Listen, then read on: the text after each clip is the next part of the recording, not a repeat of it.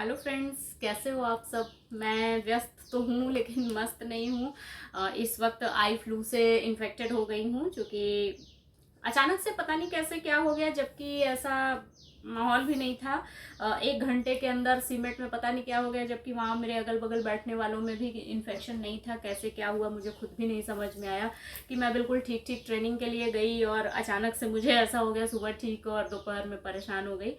तो खैर छोड़िए, इन्फेक्शन है वो कब कहाँ कैसे हो जाएगा पता नहीं चलेगा। और अभी 15 अगस्त आ रहा है, तो चूँकि व्यस्त रहना मुझे अच्छा लगता है और नया कुछ ट्राई करती रहती हूँ। 2 दिन मैंने बिल्कुल आराम किया और कुछ भी नहीं किया, मेडिकल लेकर के बैठी हूँ नौकरी से। तो नई कुछ चीज़ें ट्राई कर रही हूँ। 15 अगस्त के लिए तिरंगा झुमकी, पेपर ज्वेलरी। तो मैंने सोचा कि बहुत दिनों से मेरा ब्लॉग नहीं पड़ा है, आपसे कुछ शेयर करती हूँ। तो मुझे जहाँ तक ये लगता है कि लाइफ कभी भी रुकती नहीं है, और हमें जहाँ तक लगता है जो चीज़ पर हम ध्यान नहीं देते वो चीज़ हमारे लिए कितनी इम्पॉर्टेंट होती है। जैसे मैं अपने ही स्वयं की ही बात लेती हूँ। आँखों को 2 दिन मेरा आँखों का काम न करना मुझे इतना परेशान किया कि मुझे लगने लगा कि वो लोग कैसे रहते होंगे जिनकी आंखें परमानेंट नहीं है। हालांकि ईश्वर उनको उस तरह से उसके अनुरूप बना देते हैं, लेकिन जो चीज़ जिसके पास होती है और वो जब वो काम नहीं हो पाता है, नहीं कर पाता है। जैसे मैं आंखों से अपने प्रॉपर वर्क नहीं कर पा रही थी, चीज़ों को देख नहीं पा रही थी, मुझे बहुत परेशानी हुई, बहुत उलझन हुई, घबराहट हुई और अपनी आंखों की इम्पोर्टेंस समझ में आई।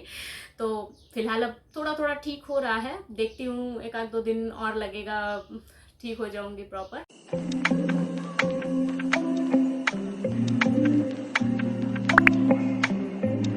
तो फ्रेंड्स, ये है मेरा छोटा सा गार्डन जिसमें थोड़ी बहुत पेड़ पौधे मैं लगा करके रखी हुई हूँ। और आज इनको समय देने का मैंने वादा किया था कि आज मैं आप लोगों को समय दूंगी।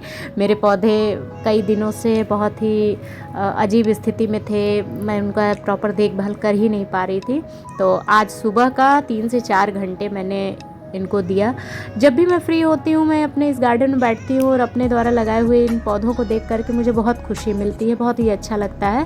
अभी मैं एक एक पौधे के बारे में बताती हूँ। ये है दौना का पौधा और इसकी पत्तियाँ इतनी खुशबूदार हैं, इतनी खुशबूदार हैं कि मैं क्या बताऊँ। चूँकि मैं विंध्य क्षेत्र से बिलोंग करती हूँ, तो इसी पौधे की पत्तियों का हार माँ विंध्यवासिनी को चढ़ता है। और ये है बहुत ही सेंसिटिव पौधा छुई मुई का पौधा। इसको मैं जब भी आती हूँ छूती हूँ, फिर उसके बाद 10 मिनट बाद ये फिर से अपने रंग में आ जाते हैं। और सामने मेरे है पीपल का वृक्ष और ये पूरा मेरे बिल्डिंग के बालकनी के बाहर का है व्यू। और ये है मेरे कछुआ महाराज, इसमें आज मैंने दूसरा पौधा लगाया। इनमें कुछ और लगा हुआ था लेकिन वो सूख गया या गल गया, पता नहीं क्या हुआ। फिर इसके बाद हम लोग गए, थोड़ा सा शॉर्ट्स बनाना था। चूँकि आँख में फ्लू है तो बहुत वीडियो भी नहीं बना पा रही थी, तो मैंने कहा कि भाई चलूँ चश्मा लगा करके ही कुछ कर लेती हूँ। और बिटिया ने ये बहुत ही प्यारा सा स्लोमो बनाया मेरा, मुझे भी बहुत पसंद आया। बाद में मैंने इसको देखा तो मुझे बहुत पसंद आया। ये देखिए मेरी बिटिया एक्सपेरिमेंट कुछ ना कुछ करती ही रहती है मुझ पर। फिर लौट करके पेपर ज्वेलरी वाला काम, चूँकि कई शिफ्ट में होता है तो उसको करना भी ज़रूरी था। आँख मेरी काम नहीं कर रही थी, लेकिन फिर भी मैंने किसी तरह इसको कंप्लीट किया। अभी जब पूरा तरह से कंप्लीट हो जाएगा तब आप देखिएगा। अभी तो बिल्कुल शुरुआती दौर है। इसको पेपर, पहले कूलिंग पेपर को लेकर के हम लोगों ने लपेटा, फिर उसके बाद उसको शेप दिया। अभी ग्लू से उसका वर्क हो रहा है ताकि इस पर थोड़ी शाइन आ जाए, और ये शाइन लाने की प्रक्रिया है।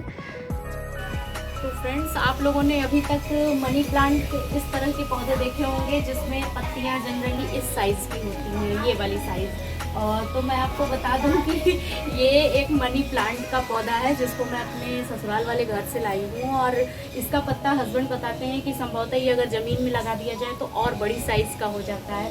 तो इस बार मुझे ये बहुत अच्छा लगा। देखिए, इसमें छोटी पत्तियाँ भी हैं, मनी प्लांट का ही ये वैरायटी है। इसमें किसी भी डाली में बड़े पत्ते निकलेंगे और किसी में छोटे पत्ते। तो देख करके बड़ा अच्छा लगा कि मनी प्लांट इतना बड़ा पौधा। तो मैं ले आई इसको, मैंने कहा कि लगा करके देखती हूँ क्या हमारे घर पे भी मनी प्लांट का पौधा अगर गमले में लगा दिया जाए। इसके लिए मैंने साइज़ गमले की भी थोड़ी बड़ी कर दी है। तो देखते हैं कितना बड़ा बड़ा इसमें पत्तियाँ निकलती हैं।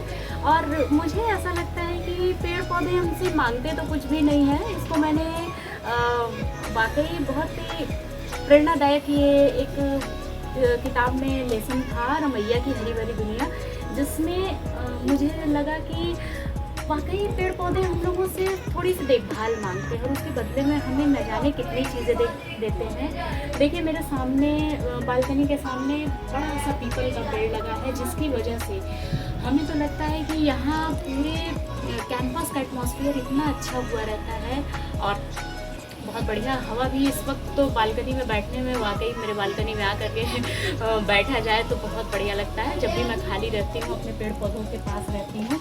और सबसे अच्छा मुझे लगता है मेरी छुई हुई बहुत ही सेंसिटिव, जो मैं इसको छूती हूँ ये देखिए बिल्कुल सिकुड़ करके, लाजवंती का पौधा भी इसको कहते हैं और बहुत ही सेंसिटिव पौधा ये होता है। और कहा जाता है कि अगर आपके ऊपर कोई नेगेटिव एनर्जी वर्क कर रही होती है तो सबसे पहले ये पौधे, या अगर जिनके घर में एक्वेरियम है उनकी मछलियाँ अपने ऊपर उन प्रॉब्लम्स को ले लेती हैं। और मैंने इस चीज़ को स्वयं में अनुभव किया है कि काफ़ी समय से करीब 2019, 20, 21 के बीच मेरे यहाँ निगेटिविटी इतनी ज़्यादा बढ़ गई थी, मैं स्वयं डिप्रेशन में उसी वजह से चली गई थी। तो ये पौधा मेरे यहाँ टिक नहीं रहा था, सबसे बड़ी चीज़ थी। और अभी फ़िलहाल टोकने लगे इस चीज़ को कि फिर से हमारा सब कुछ हरा भरा, सब कुछ बढ़िया सा हो गया है।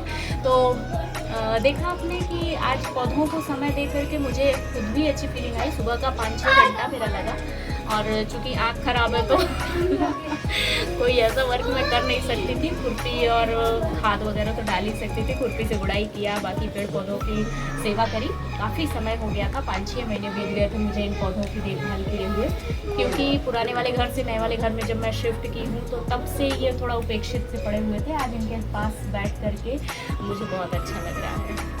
सबसे मज़ेदार चीज़ अब मैं बताने जा रही हूँ आपको ये पौधा देखिए, इसको मैं अपने मायके से लाई थी। उधर मनी प्लांट ससुराल का पौधा लगा हुआ है, तो मायके का भी पौधा मैंने लगा करके रखा हुआ है। इस पौधे का नाम मेरे पिताजी ने मुझे बताया था मदर लॉस टंग सुनने में बहुत मज़ा आया मुझे। जैसे कहा जाता है ना कि सासू माँ की जीभ बहुत लंबी होती है, उसी तरह से इसकी भी पत्तियाँ लाई तो थी मैं, इतने छोटे छोटे से थे और अभी मेरे हाथ से देखिए कितने लंबे हो गए। और इसमें कई जड़ आपस में और ज़्यादा ये स्प्रेड करते रहे, जैसे एलोवेरा वगैरह में स्प्रेड करते होते हैं इसके जड़, तो इसी तरह से ये भी और फैल रहा है। कहा भी जाता है कि भाई सास की जीभ बहू से लंबी होनी चाहिए, होती भी होगी नहीं, मेरी मदर इन लॉ बहुत अच्छी है, फ़िलहाल मुझे बहुत पसंद करती हैं। बस कुछ ऐसी चीज़ें हैं कि उनके पास में नहीं रह पाती हूँ, उनका भी बहुत मन करता है मेरे पास रहने का, लेकिन कुछ मेरी मजबूरियाँ हैं, कुछ उनकी मजबूरियाँ हैं। तो ये है मदर लॉज टंग, हालांकि मेरी सास की जीभ तो नहीं है ये बाकी किसी की सास की हो मुझे नहीं मालूम। तो फ्रेंड्स आज एकादशी का व्रत भी है, तो थोड़ा सा उसी के लिए स्नैक्स वगैरह तैयार कर रही हूँ। अभी मखाना मूंगफली खा लिया जाता है, चाय बना ले रही हूँ, तो चाय वाय पी करके फिर आप लोगों से मिलती हूँ ईयर रिंग बनाने के प्रोसेस में, क्योंकि हम लोगों ने स्ट्रिप्स को रोल करके चिपका करके रख दिया है। तो अब इसके बाद बस उसमें थोड़ी सी डेकोरेशन बाकी है, फिर उसके बाद वो कितनी खूबसूरत सी झुमकी बन करके निकल के आती है। बस चाय पी करके आप लोगों से मिलती हूँ।